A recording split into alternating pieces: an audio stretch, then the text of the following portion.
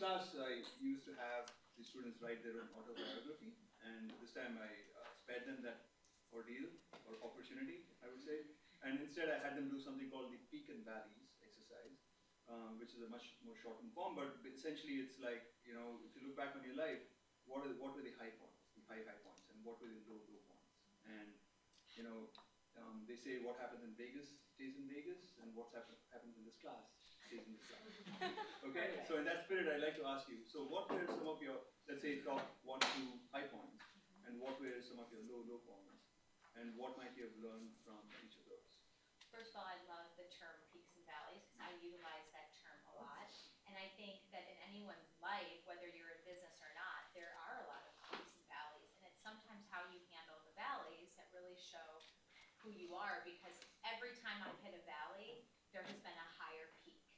But you have to realize that that valley, in that moment, there is something to be learned from that moment. And sometimes when you're going through it, you're just like, why am I going through this? This is horrible. There can't be anything good that could possibly come from this. But honestly, every single thing in my life that has been like that, I've been able to look back and say, oh, that's why that happened. Or I can see why that happened. And I realize that those valleys, it's like a bridge to get you to the next place you're going. And if you don't experience those low points, you sometimes don't have the bridge to get you to the next place you're going. If that makes sense. Yeah, absolutely. And so for me, you know, I think I look back and I think about becoming a mother. Highest of high point of my life was becoming a mom. I mean, when they handed me this little baby in 11/11/2001, my life in one moment changed. And I always talk about like those moments of impact, kind of what you're talking about. And some of them are really good things, and some of them are really scary and sad things sometimes. And that was a high point. So I became a mom, and it's like everything I thought was important suddenly changed. It was like I was, you know, before, you know, single, and then I got married, and that was a high point, but kind of. I became a mom until I got divorced, low point. Low point. And then I became a single mom, scary point. But even, you know, starting my business, I remember that first day deciding I had a hat company for 5 years, and I had created headwear for women undergoing chemotherapy. And a low point in my life was losing my stepfather to brain cancer. And he was, you know, fighting it through my last years of high school. So when other kids were going, you know, to homecoming and prom, I was spending a lot of my time at MD Anderson in Houston with my mom. And those years were not typical for me. And they had moved to Austin. I transferred to actually come to the University of Texas. And he was very, very sick at that point. And so I made a choice to help my mom and took kind of some time. I thought I'd take, you know, a couple semesters off and help her with him. And I started, you know, I loved fashion since I was a little girl, and I started this little hat company. I started sewing in cotton linings into hats to make them more comfortable for women. We would bring them down to MD Anderson. My mom was a Mary Kay consultant, and she actually became a director. And so she would do their makeup, the women's makeup, and I would give them this hat. And that was a high point in a very low time period, because I was feeling like I could do something with what I love to do, which was fashion and design. And I was able to see that I could actually help someone, and we could make somebody smile in an otherwise really dark journey of their lives. And so during this time with my stepfather, I decided to start a hat company. And I opened a little hat store here in Austin. I was, you know, 19 and a half years old, 20 years old. I convinced my dad to use the rest of my money that he had saved for college, which was $25,000, to put it towards a hat store. I mean, my dad is really cool. I don't know if I would be like, sure, son, open a hat store, great idea. So I had a lot more money with that business than I did when I started Kendra Scott. And I opened this little hat company, and we had a private dressing room for women. And I remember, you know, wheeling my stepfather into that store. And at that point, he was in a wheelchair. He had brain cancer, so it affected his speech. But he was a man who had spoken 5 languages fluently. He was a vice president at Dell Computer here. He was a 2-tour Vietnam vet, a Purple Heart recipient. I mean, he was a badass. Plus, he was him to get to a point where he could barely get out words and had to be in a wheelchair was just so like unbelievable to me. But I remember wheeling him into my little hat store, and he was so unbelievably proud and just welled up with tears and wanted to try to tell me something. And I was like, Rob, it's okay, you don't have to say anything. I know you're proud. And he was adamant, because he's a Marine, that he was gonna say something to me, and he did. And he put out 3 words, and they were, you do good. And they're 3 very simple words, but they meant everything to me, and that was a moment for me that changed my entire life and continues to affect me to this day. You do good was like, I knew what he meant in these 3 words. It had so much more meaning. And it was, you're doing the things in your life that you love, and you're doing good. And when, you know, he was deteriorating, he would talk to me a lot about having responsibility, and that making sure, you know, he had a very short time on this earth. He died at 47. I'm gonna be 45, you guys, in this month. And I think about that a lot because I lost him when he was 47, and he had so much more he wanted to do, and that you don't always know how long you have, and that, you know, while you're here, do something you're passionate about, do something you love, but more importantly, do something good. Because when you do that, even you can have success, you can all, but if you can do something that's really gonna give your soul nourishment, I saw it for him that was incredibly important, and it really did. It has guided my entire life, and those 3 simple words are now guiding our entire company. And if you guys look up later, #YouDoGood, you will see all the things we do. Now thousands of people, not just our company, but customers, and I mean, we are affecting so many people with those words in a moment that was really a hard moment for me, because shortly thereafter I lost him. And then shortly thereafter, I lost my business. So I had lost my stepfather, I had lost my first business, I had lost my college savings. That was a low point. That was a valley. That's what you call a valley. And I was so, like, this is it. Like, I'm the biggest loser that has ever walked. I've disappointed my family. I've let everybody down that cares for me. I mean, now what? And I remember that during that time, there was a sign in my store, and on one side it said, sorry, we're closed, and on the other side it says, yes, we're open, like the kind that you flip. That was like before there was anything fancy. It was old school. That could have been the downfall of my retail shop. A gas station sign in my hat store, but look, you know, it was cheap and you could buy it. But on the other side of it, it said, yes, we're open. And then the last day that I closed it, that sign said, yes, we're open. And it was a literal sign to me that said, you know, be open, Kendra, because you don't know what's going to come next. And now, in retrospect, the hat box, those 5 years, working 7 days a week, understanding how to margin, and, you know, what it was like to make payroll, and, you know, trying to figure out how to sell at retail with a 50% margin wasn't going to work. I knew you had to have bigger margin. I don't know if I would have ever been able to set up Kendra Scott for the success it had, because those lessons I learned, it's like I said, I got an MBA in the School of Hard Knocks, literally. I utilize so many of those lessons every day still in running Kendra Scott. And so, you know, I think, you know, for me, all of these things that have happened have led me to where I am today, and we've created a business based on family. So when I was a new mom, as I told you, I wanted to be there for my son, and I wanted to create an environment that supported other parents and other women and other mothers, that you could have a great career and you could be an awesome mom. And those 2 things should not be exclusive. And, you know, I wanted to be able to be in fashion. It's what I wanted to do since I was a little girl. That's what I was passionate about. I mean, thinking about Rob, like, do what you're passionate about. And then the last part is I wanted to do good. You know, I wanted to take the years that I have here to do something good. And that was the foundation of our core values. But it's what I cared about. And I thought I hopefully can find other people that would care about those 3 things too. And we did. And birds of a feather flock together. And when you start to bring people together that share those values, you can conquer anything. You can build a $1 billion brand. But it's your core values. It's not those core values. It's what's important to you, you know? That's awesome. So you said you got your MBA from the School of Hard Knocks. Yes, are you familiar with it? I'm familiar with it. So are you recommending that they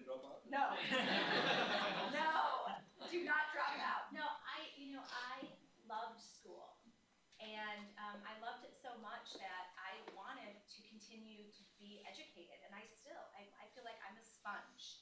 I want to learn. I don't think you should ever stop learning. And every day I wake up and I'm running a company bigger than it was the night before. Every day I'm hitting obstacles that I have never hit before.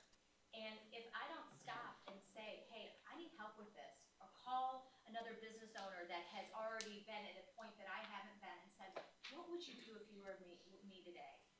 I think being vulnerable as a business leader, sometimes you think, oh no, I have to know everything, I have to know all the answers.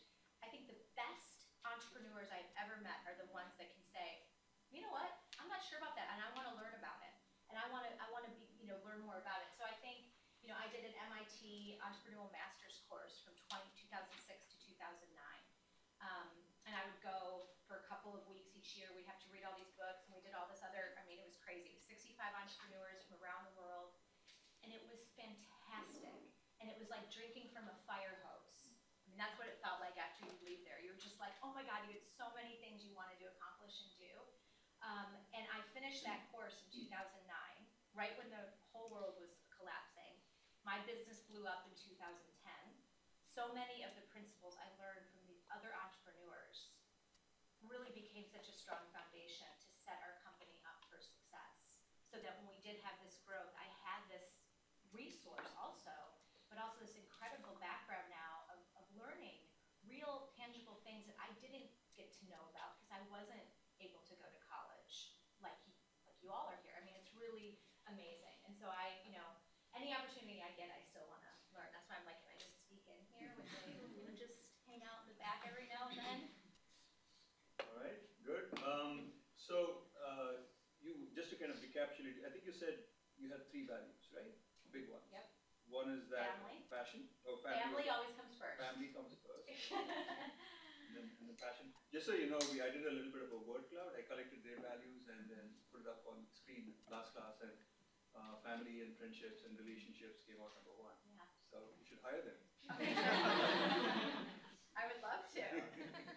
Okay, family and then passion, be passionate, follow your passion. Passion was ours. Yeah, passion was yours, but really, I mean, the Yeah. underlying thing is follow your passion, and the third is you do good, right? Yes. Which is, Philanthropy. I think about it, I think of it as kind of charging you with this mission of doing good for the future, but it could also be retrospective and say, in the perspective that you do good things. Right. I see that you're doing good things. So And which of those is it, or is it both? It's both. I think it's not just like you have to go out and change the world, I mean, we have some big, hairy, audacious goals at KS for philanthropy. We really want to figure out a cure for metastatic breast cancer. We are a fashion brand dedicated to investing money to researchers on metastatic breast cancer. That is a really crazy thing to think that we could be involved in helping do that. I mean, we really want to help do that. We never thought that big before, but we're thinking that big now because we're gaining more ability and more, the more that we're being able to succeed, the more we've been able to do. But I think it's a mindset. So we picked yellow as our color because to me it represents joy. And you can't see the color yellow and not smile. It's like sunshine. It's the color of sunshine. And there's no other color, I think, that makes you more happy than yellow. Orange? I love it. Orange. So yeah, that's my I don't know if it does represent happy when we're winning. But yellow for me was happiness. And I wanted to create a brand that exuded joy. That when people were around the brand, they felt love, and they felt kindness, and they felt happiness, and they felt joy. So it was not just, let's brand it a color. It was then when we built out stores, how do we create that feeling when you walk in? Well, it's by hiring people who exude joy, who exude kindness, who exude love. People that want to go out into their communities and do good things. And that they're kind people. So I think, part of doing good is simply being kind and being thoughtful every day that you wake up and being present in the moment. And when you're in a coffee shop, smiling at the person next to you, saying hello, helping a friend in need, that is also, I think, a responsibility. And that's what you as a leader, you have to lead by example. And so when I am around my team, they would say, I'm a hugger. I don't know if that's PC anymore. I don't know if I'm not supposed to hug people, but I hug people. I'm a hugger. I always have been, and I always will be. I'm a Southern. How about right now? Okay. I'm a hugger. Let's not feel good. Let's talk feels good. I'm a hugger, and I love people, and I love getting to know people. And I think too, taking the time to stop in your day and realize that there may be someone that you could bump into literally on the street that could change your life forever. It could be a friend that you may have, but you may be into your phone or not paying attention to what's going on around you. And I think that's part of doing good, is just taking the time to look at people and like look in their heart for a second. Not just judge them on what you see from the outside, like take a minute to try to get to know their heart. And I say that in our retail stores all the time, like people come in and they may be sweaty from yoga or may have just come out of their garden and they forgot that they had to pick up a present for a friend and maybe covered in dirt. Well, that doesn't matter. Like, don't look at any of that stuff. Like, look at who they are and try to have like one moment to connect with them on a deeper level. And, you know, we are trying so hard, and I think our company, to teach what that means. You know, because that, if everyone did that, this world would be really an amazing place. Awesome. I have some videos along these lines. By the way, there's a TED Talk on how hugging releases oxytocin. Have you seen that one? No, but I can believe it. Believe it. Yes. Okay. My kids think I'm constantly, like so my little baby is now 17. Wow. And he's 6'1". We decided today he's 6'1", pretty much, yeah. He's growing so fast. They're eating me out of house and home. It's like, I cannot keep enough food in the house. And favor is the worst thing that's ever happened to me. Because they have it on their phones now, because I'm like, if you're ever at friends and you're really hungry, they think you just order favor now for everything. I'm like, so I'm taking that off. I'm like, no credit card pull from favor. Because I got this weekend, I'm like, favor. I'm like, no. The other one's 14, and he's also growing at a rapid rate, and then I have a 5-year-old. So I got remarried. I found a Prince Charming who took on me and 2 little boys, and then we had a little guy. So 3 boys. Yeah. Okay, so I only have 2 more questions, then we can open it up. Second question I have is, during your commencement speech or when we were chatting with each other, I got the sense that you're really, really interested in happiness in general, but also happiness of kids and children. And I just want to know why, and what it is that you would like to see happen with that target audience. You know, children are so amazing, and I think being a mom, I've been able to just see when you look through the lens of a child, how beautiful the world is, and how actually we overcomplicate things as grown-ups so much. Children are so simple in how they feel and their emotions, and they're also free. They just, if they're something they don't like, they just tell you.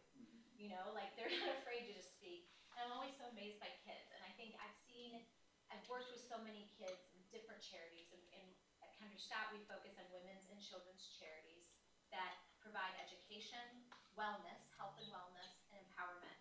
And I think if, you know, children, one, can be educated, that's really important to me, to have the opportunities for education. And then to just honestly to be loved and to be told that they can do anything.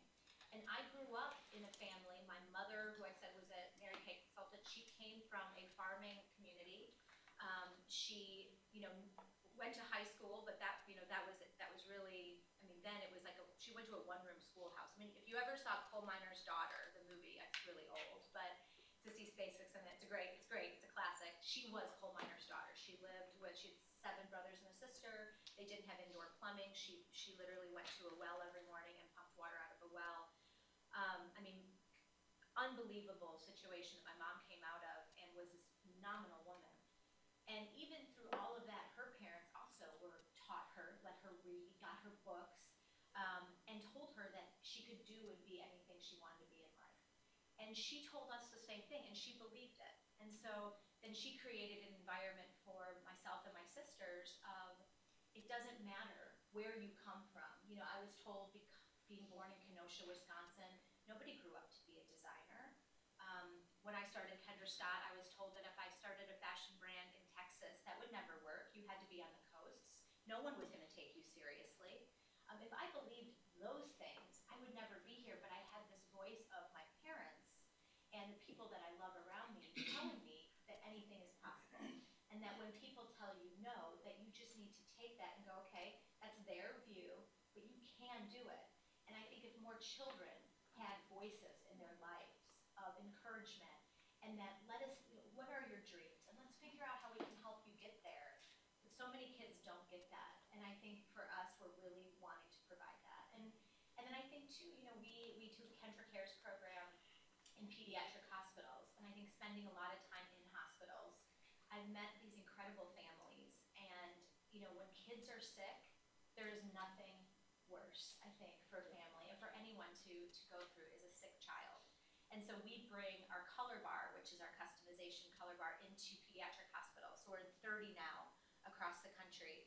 And it was a way to just bring a little joy to an otherwise hard time. And so, that's been really big for us too, is it's like bringing happiness to kids when they need it most. Awesome. You started with saying that kids are so simple and they speak the truth, what's on their mind. So in that context, I would love to have been able to show this video, which I showed you earlier. Yeah, so what I'm going to do is the second best thing, which is show you the video on my phone from here. And I don't know if you guys want to come forward or whatever, but basically, it's hopefully very short. It's very short, and hopefully you can hear it. He showed me when I got here. This is my daughter, okay, and this is like on 28th of February. She was going to turn 11 on March 3rd, and I asked her. So my grandparents, my parents, her grandparents, wanted to send her a gift, and they wanted to know what she would want. That's what I'm asking her, so that I could send the video over to my parents. Listen. Neha, how old are you? I'm turning 11 on March 3rd. Oh, okay. And what would you like most for your birthday? I want a Kendra Scott necklace.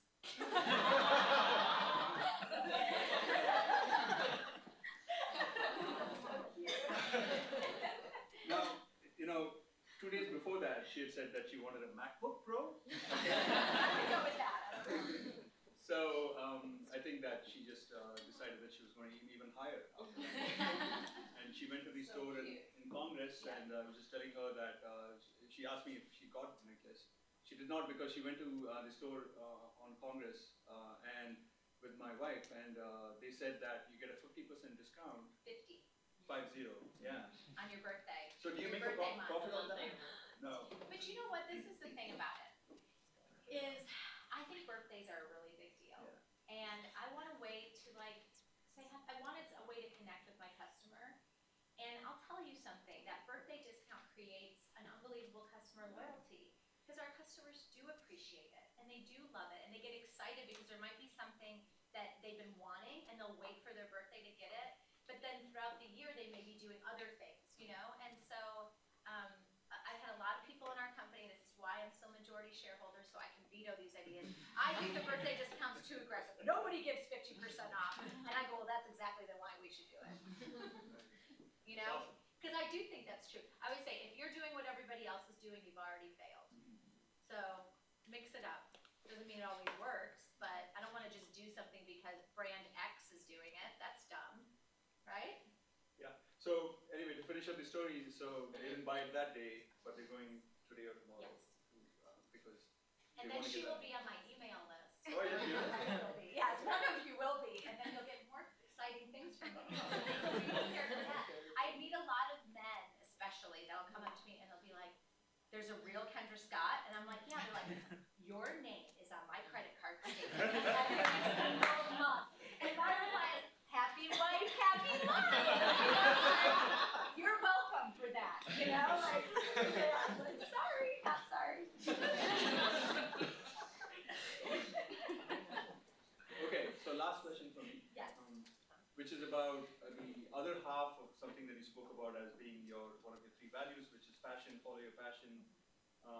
So I'm a big believer in that, but I'm also a big believer, perhaps of late especially, I would say, in perseverance and grit and hard work. And you already touched a little bit upon it with your hat story and what you learned from that.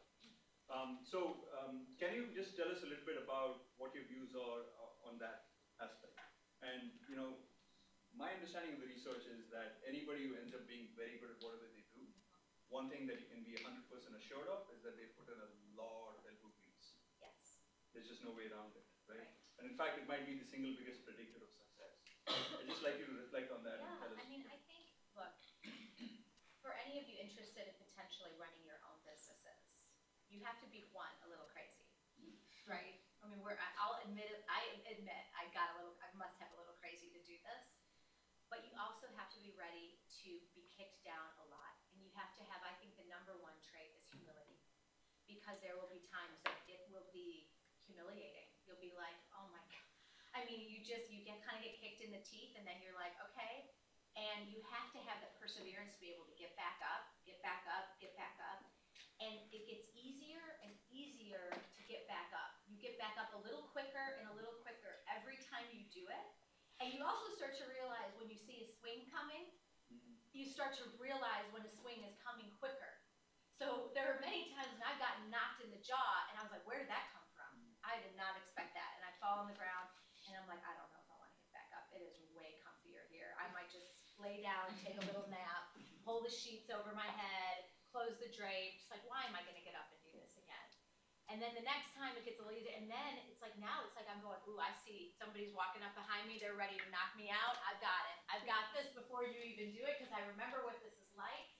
And I think, that's part of anything that you go after in your life. It's just knowing that you've got to be able to get yourself back up and know what am I learning from this?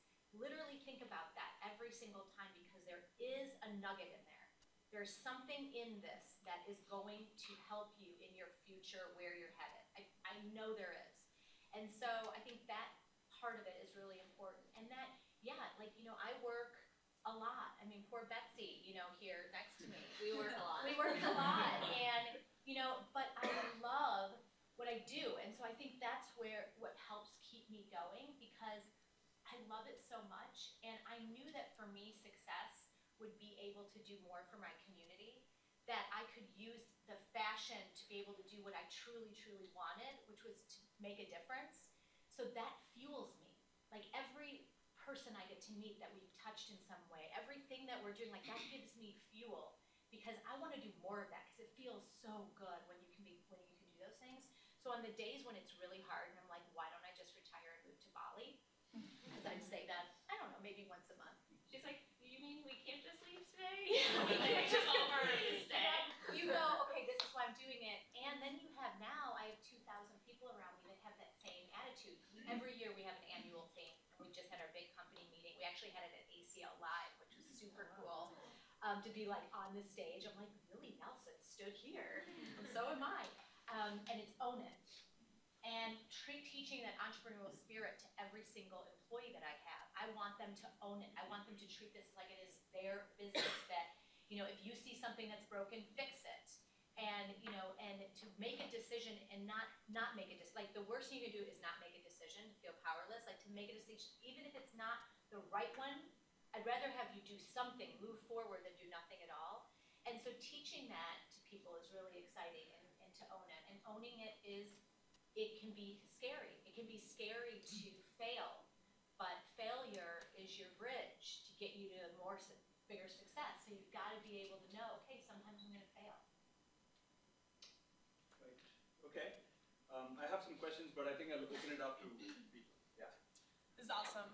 So my question to you is, as the hat business failed, you're a new mom, I guess at the time, I don't know the chronological order, but you're kind of in this low point. How did you pick yourself back up and decide, I'm going to start a brand new business, because you had been kind of scarred from the retail industry before? Yes. And not just decide, I'm going to go to New York and work for Diane von Furstenberg or something like that. Why did you choose to start your own? And again? So after the hat box, I was 24 years old when it was failed. I had two options. I could try, I don't know what I would, go back to school. That was an option that I was thinking about. Move back in with my mother. That was not a great option for me. Or I could get a job. So I did get a job. So I actually worked at a company here in Austin. It was a Grand Adventures Tour and Travel, and they had a magazine, a travel magazine, and so I helped them launch Destination Weddings and Honeymoons magazine. I was a director at a very young age. I wrote stories, I did photography, I sold advertising, I sold travel packages for the travel company, and so I would get sent out to destination and honeymoon locations and do all this stuff. So as a single girl, that was kind of a fun job, but I was also like super lonely and sad, like all these couples are like having their honeymoon, and I'm like the little girl alone at the bar, and like at that point, like I don't even know if there was really left, like I'd bring a book to read so I looked like I was busy, or I had my sketchbook and I would sketch because I'd be in, Barbados and they'd have all these beautiful colored homes and I would be sketching, and I always sketched jewelry. I don't know why, I loved jewelry. And I would be sketching things, and just that was kind of like, so I looked like I was doing something, but I actually was doing something, not realizing it. And I did that job. I'd be gone 6 to 8 weeks at a time because the company couldn't afford to send me to Barbados and then send me back to Austin. So it was a lot more cost effective for them just to keep me down in the Caribbean, going from one place to the next place to sell advertising, going to it. So I would just be gone for a long time and then I would come home. Well, then I met my husband, the ex-husband, and we got married, and it was not a really great job to do when you're married, like to be in honeymoon locations without, I don't know, he just didn't dig it. He didn't like that I was gone 8 weeks at a time. And we, very shortly after we got married, we got pregnant with our first son. So it was more of like I couldn't really keep that job going, and I didn't know how not to work. So I was trying to find something else to do, and I really wanted to get back into, something for myself. I started doing some consulting for PR and advertising, like on the side, helping people with their branding and their marketing, and ended up getting put on bed rest with my pregnancy. And I was making jewelry still. I had made jewelry in my hat store, just a little bit, and I would put it in the case and it would sell out the day it would go in. And to me, the answer of my future was right there, but I was so blinded by, I'm gonna make the hat thing work and people are gonna wear hats again like it's 1940, that I couldn't see what was working. Until I left and people would call me, customers, not about the hats, they were calling me about the jewelry. And they're like, Kendra, I bought a necklace from you, could you make a pair of earrings for me? My sister really likes that necklace, would you mind making one for her for her birthday? And so I was making jewelry still, just kind of on the side. I made it for people for gifts. It was always like kind of my escape and passion. And so when I was put on bed rest, I made this little collection with a lot of the pictures that I was inspired, the drawings I was inspired by from my travels. And that was my first collection that I ended up selling. And it wasn't like I had this big master plan. I'm gonna start this big business. It's gonna be $1 billion brand. My goal was to be able to be there for my newborn baby, to be able to help contribute to our household. We were a young family, trying to pay our bills, to do what I loved, and really that was it. I didn't have a big business plan when I started this until I started to see the momentum. When people were selling out in 2 days and needed more, and then reps in Dallas are calling me because they heard about it. It was almost like I was forced to create a business. And then I'm like, wait a minute, like, oh God, it almost was scary because I wasn't like, after the hat box, I was just gonna kind of dabble in this and try to see what I could do, and it started taking off. And again, I had an option. It was an inflection point of, do I want to try to do this and throw it out there, or do I just want to stay, and I decided I was excited to try to do it. So you must be very good at sketching, right? No, I'm not that great. No, I mean, I'm okay. You know what? I have a little market. No, not Why not? gosh. Come on. What do you want me to sketch? Oh, here, I can do a mean Mickey Mouse. My dad taught me this one. This is good for your kids. This is not a Sharpie. You draw a C, then you draw an S, then you draw that. There you go, look at this. Oh. Right? There you go, Mickey Mouse. That's what you get.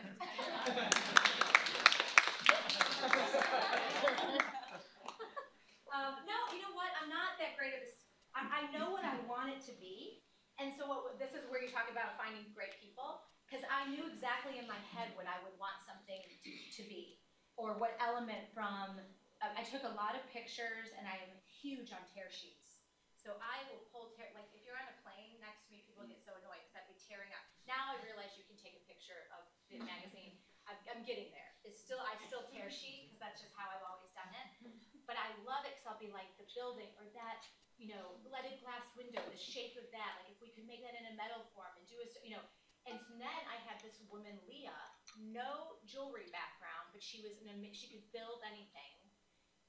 And she was an artist, unbelievable artist, but not necessarily jewelry. And so I'd start to talk to Leah, and I'd be like, Leah, this is what I'm thinking. And she is like, we call her Yoda. Like, it's not normal. She is so gifted. And she would sketch, and I'd be like, okay, well, that's even better than I had imagined. Yes, let's do that. And so I think bringing this collaborative force around, it's like we can ideate together, and we have different talents. And then we brought in true craftsmen that know CAD. We know, and we started to build this team of people, but it doesn't have to necessarily be what you think our design team should look like. Like Yoda is, she's not, you can't put words around what she is like. She's not typical. And her resume, you would have never hired her. In a million years, you would have never hired her. She is a director of design in my company, but on paper, you would have been like, this is not, there's nothing about this. But that is what makes her that's what makes, I think, our team so great, is I don't look for gold-plated resumes.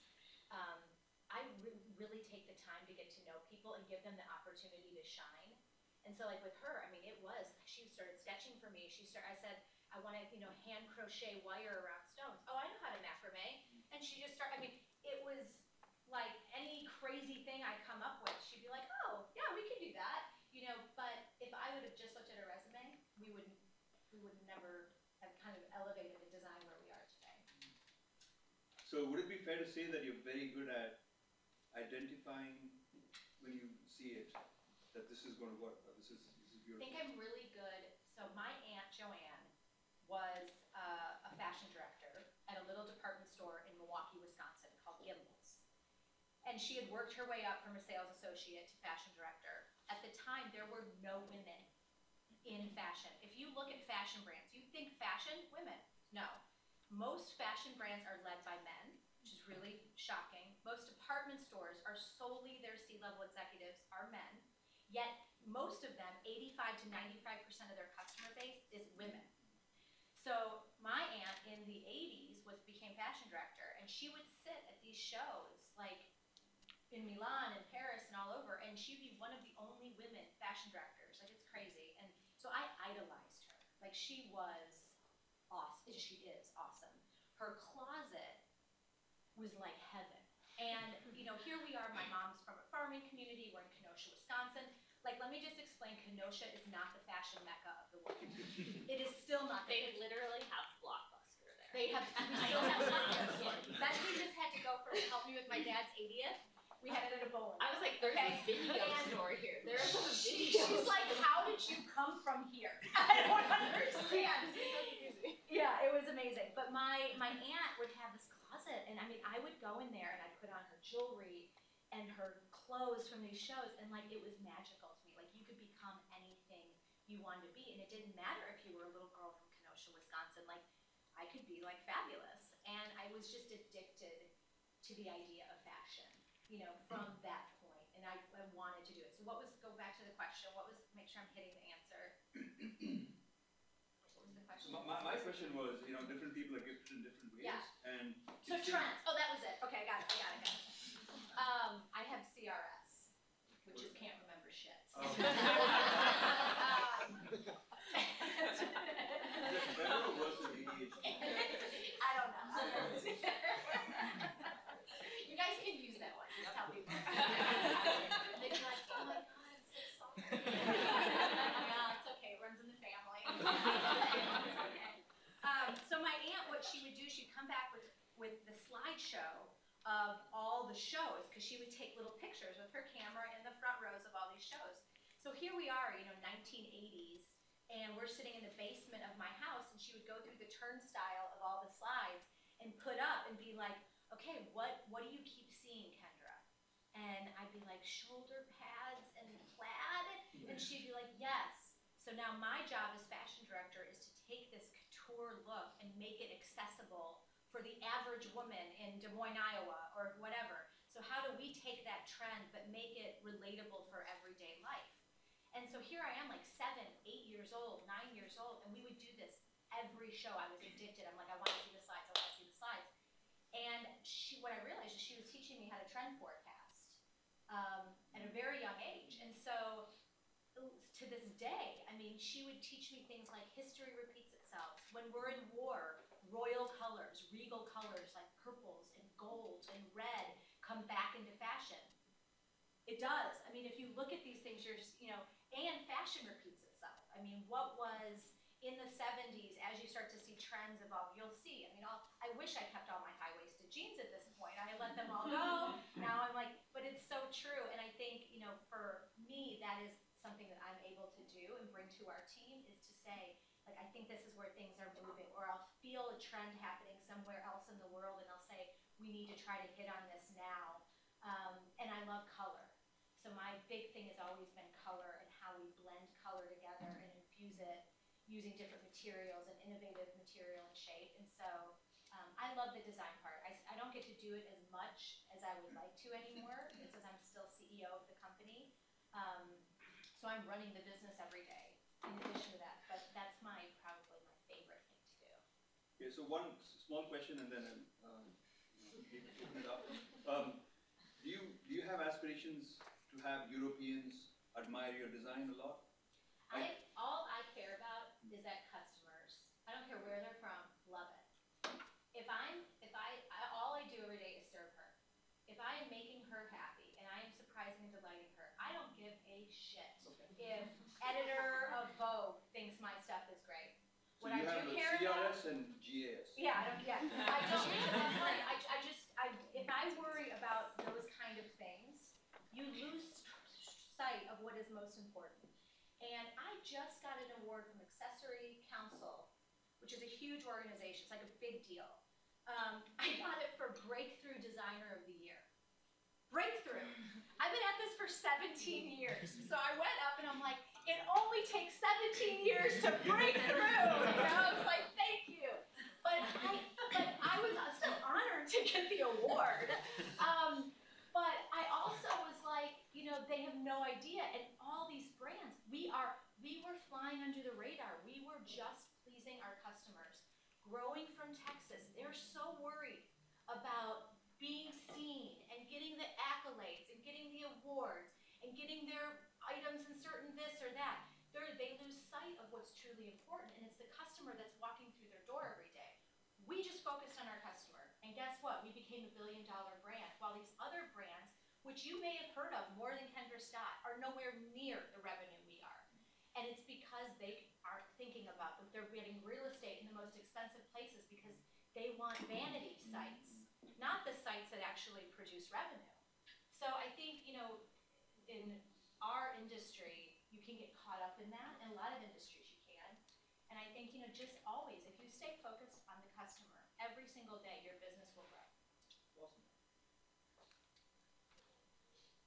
So this is a bit of a long-winded question, so bear with me. So Okay. this past December, I was doing some super last-minute holiday shopping, and I was in the Village in Houston, which is kind of like an outdoor, Yes. yeah, great area, tons of shops and boutiques, and we went to a bunch of different places because I had a lot to do. It was like December 22nd or 23rd, so it was super busy, but the stores themselves weren't that busy. We weren't really waiting in lines. Right. Went to a bunch of different places and ended at Kendra Scott because I was set on getting my mom some earrings from Aw, there. good daughter. And I was with my boyfriend and we walked in and I was like, oh, this is where everyone is. It was insanely packed. A line wrapping around the door, someone directing people where to go, 10 times busier than any store. And I remember looking at my boyfriend and being like, if I ever meet Kendra Scott, which I now feel like I You're now will friends. that to Yeah. happen, I'm gonna ask her what is that secret sauce? Because we just had the sense that it was beyond just what was in the store. We love the jewelry there obviously, but there were tons of other places where you could get very similar things, but there was some reason that people were in line for 30 plus minutes to get something Kendra Scott when they could get a pair of earrings down the street and not wait in any line. So what is, in your own words, that secret sauce? Exactly what the secret sauce is, because I think it's a lot of elements that make a great recipe. Mm-hmm. It's not just one thing that's going to make it work. And the one thing that worked then may not still work this week. So we have to constantly be upgrading our recipe to to make it even better so that our customers want to continue to get that excitement. I think one of the things I saw is, yes, I wanted to create this company around core values, but I had to create a product. Product has to be superior, and you have to look at white space. And so for me, in the jewelry industry at the time, everyone was using the same shapes, same stones, they were just reworking them. There was no identifiable thing about them. So for us, we have custom shape. So we create our own shapes. We actually start all of them out with a drawing, and we end up getting copyrights on those shapes. Now, I go after them. You guys have seen knockoffs, trust me, but we go after them. But that's good. They always say it's the biggest form of flattery. I think it's stealing. But it's all those things. And then the experience. So we have color bars. You can create your own jewelry. We have cupcakes. We have champagne. We are greeting you with like warmth and happiness. It's like a happy environment. But we have iconic pieces that you cannot go down and buy anywhere else. And innovative materials that we create. I mean, we've created doubleting with mother of pearl over topaz, and the color from the topaz shining through the mother of pearl below is like nothing you've ever seen because we created it. And I think that our customer keeps coming back because she wants to see what is the next thing they're going to do. And we're always trying to challenge ourselves to do that. I don't know if there's one specific thing, but I do think product was a big tipping point for us. Our first custom shape was the Danielle, it was this shape. It started to just grow like wildflower, and it became iconic, and people could look at it and say, that's Kendra Scott. There was no other fashion brand at an attainable price point that people could actually go and say, I know what that is. It just looks like whatever. And so I think one of the things that we continue is how are we going to still make it innovative, trend forward, but that people will know that it's our brand. And we've done that in a variety of ways. This shape we launched in 2008 is now done in diamonds. So for the girl who grew up with the brand and she loves this, well, she can now upgrade. I mean, you know?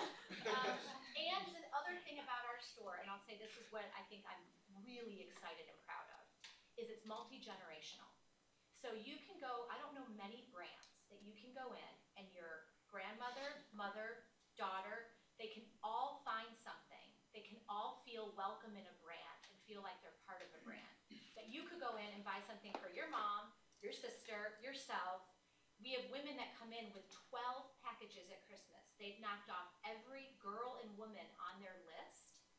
The elephant gift, the friend's gift, it's still, there's a price point that you could hit, and there's quality of product, and you feel great about gifting it. So we're a very giftable brand, and we've been thoughtful about that. So I think at seasonality, like Valentine's Day, Mother's Day, Christmas, our stores, we have line control, because it is a very easy, we make it very easy. We have guys that drive through, literally. Like, they come out, we walk up, they'll call, this is what I need, they send us screenshots, we wrap it up, we get their credit card, we walk it outside. They don't even have to come in. Or if they come in, we get them a beer, they sit down, and they're like, I like this. I'm gonna come back here. 35% of my customers now are men. Because we make their gifting life wonderful. We make it so easy. They don't have to worry. Does that help answer your question? I don't know. Absolutely. I don't Yeah. As you look back in like your early days of when you were starting to build your vision for your business, what advice would you give to a budding entrepreneur who maybe has this big vision, but maybe doesn't love the people that they're partnering with? And then how do they develop a team that shares those core values that you talk about are so critical? So they don't love who they're partnering with. That's the biggest problem. So I would say first, don't do that. Don't partner with anybody that you don't feel good about. And I'm trying not to be men, women here because I'm not a guy, so bear with me. But women, we have a guttural instinct. I don't know if guys you have this feeling, but you sometimes know if something is not okay. Listen to that. And intuition is a gift that somehow we've been given. So if that's not right, you need to probably right away, because the people that you partner with are your family. And so if you don't want to sit around and break bread with them and have dinner with them and hang out with them, then you should for sure not be in business with them. Even when we brought investment capital, had all these companies, and this was going to be a partner. I mean, this was a big deal. I had to like them first, and I had to be aligned. They had to be aligned with my core values, and we had to have an aligned vision. And if we didn't have any of those things, if one was missing, they were off the table. So I think that would be the start. Don't ever partner with someone that you are not wholeheartedly so thrilled to be with 20 hours a day. For real, because you will be. You'll be with them sometimes 20 hours a day when you're starting a business. And you have to have somebody that's not afraid to, like, you guys have to roll your sleeves up. And I think that's really key in starting a business is in the early days, I did whatever. I cleaned toilets, I set up markets, I sold, no one is ever too good to do anything. So I think when you first start a business, you have to hire people like that not only share core values, but that also are like, all right, what do we have to do today? We got to ship boxes? Great, let's ship boxes. We got to call and get payment on stuff? Great, I'll take these 10, you take this 10. It may not be my best skill set, but you have to get the rock up the hill today. And sometimes that means all of us have to hold hands and push it up together. And we're going to do stuff that we may think we're too good for, then you shouldn't be working with me. You got to get, like, that kind of stuff has got to go away. Because I still pack boxes in the distribution center. I mean, I love it. Black Friday weekend, I'm right there beside everybody else packing boxes. So I think that kind of mentality is important in the early days, is really just knowing it's going to be long, but doing what you love too, you get excited, that'll fuel you. But also having people around you that have that same, like, that aren't just like, I'm too tired, like, oh, we're gonna work another 9-hour day today. You know, like, if they're like that, it's like, bye, you know? No, you gotta have that, because it takes that, you know? And it takes also, I think, you know, you're gonna have days when you feel like, I can't do this. Like, this is so hard. And you have to have people that can lift you up during those times. And it has to be kind of a shared thing, because other folks on your team will have days like that, and then you may have to be the one that's propping them up. I think if you have people that are kind of Debbie Downers, then you'll never, people have to have that kind of, and that's what I'm saying, you have to be a little crazy. And I think it's a good crazy. Definitely. I would say it's a good crazy. But you have to be a little crazy, and the people you get on your team have to be a little crazy, because they're seeing something that you're seeing something that no one else can see. So they have to have those same goggles on to be able to push forward. But if they're like, I don't know, I took this job, I'm trying to help, I don't know, it's a stupid idea, but whatever, you know, then they've got to be like, yes, oh my God, I'm so excited. You know, they have to be like crazy about it. You have to be a little cuckoo in a good way, okay? All right, so we have 5 minutes left, and we'll take your question. But I also wanted to offer on your behalf, and please feel free to refuse this. Do I have to draw anything again? No, not draw, but I mean, let people take selfies. Because Oh, yeah.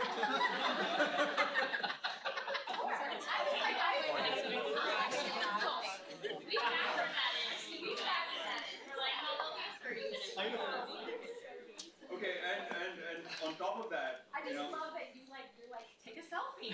It's so unexpected.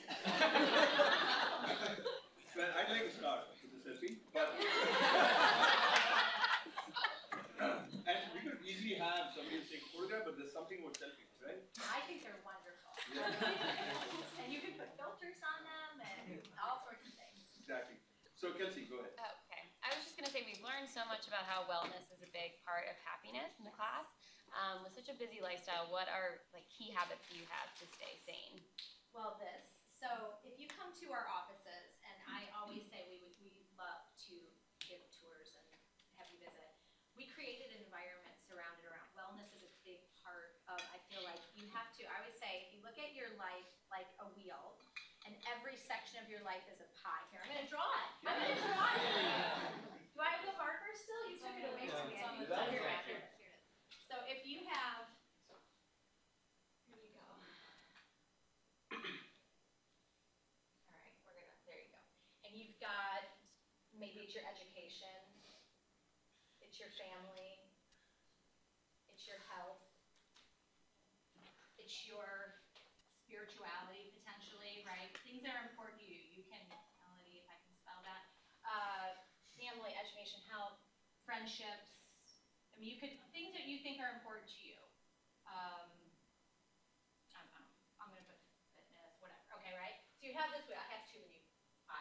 And then you start to think about, okay, am I fulfilling myself with my family? And you start to fill in where you're at in that pie. Okay, I'm not really being home very often. I'm not really getting to see my family. I haven't called my dad in a month. Maybe that part of your wheel isn't all the way filled up. But I'm working out every day, and I'm really happy about that. So my section of that is all filled up. My friendships, I mean, I haven't seen my girlfriends, or I haven't, so that's kind of right here. I need to work on that. Spirituality, maybe for me, I want to get to church once a month. These are small goals, and I'm doing that. So here I'm here. Well, what starts to happen is this is a wheel. Well, what happens if this part of your wheel is flat? It doesn't turn. It doesn't turn around. So it's not that everything should be here. It doesn't necessarily need to be completely filled. But if it was even all the way around, then you feel balance and you feel like my wheel's turning. Now, there may be room for improvement, but how can I make it turn together? And so in our company, wellness is a big part. So, for me, sometimes it's nutrition. I'm running. So we have a smoothie bar.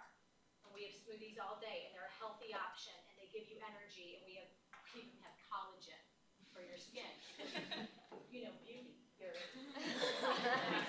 issue. You're like, you haven't had your hair done in like 2 months. Your beauty thing could be down, girls. For me, I always say this is such an important part of a happy employee, too.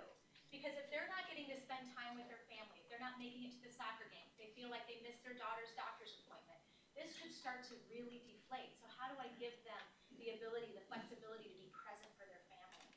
How do we create opportunities for friendship to happen, whether that's friendships in your office?